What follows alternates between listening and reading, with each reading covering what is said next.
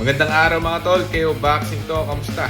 Matindi to dahil isa itong undisputed light heavyweight championship na magaganap doon sa Canada mga tol. Sa katatapos na official weigh-in para sa undisputed light heavyweight championship na gaganapin doon sa Canada sa pagitan ng challenger na si Callum Smith at ang kampiyon na si Artur Beterbiev. Tumimbang ng 174.6 ang challenger na si Callum Smith, samantalang sakto naman sa 175 pounds ang kampiyon na si Beterbiev.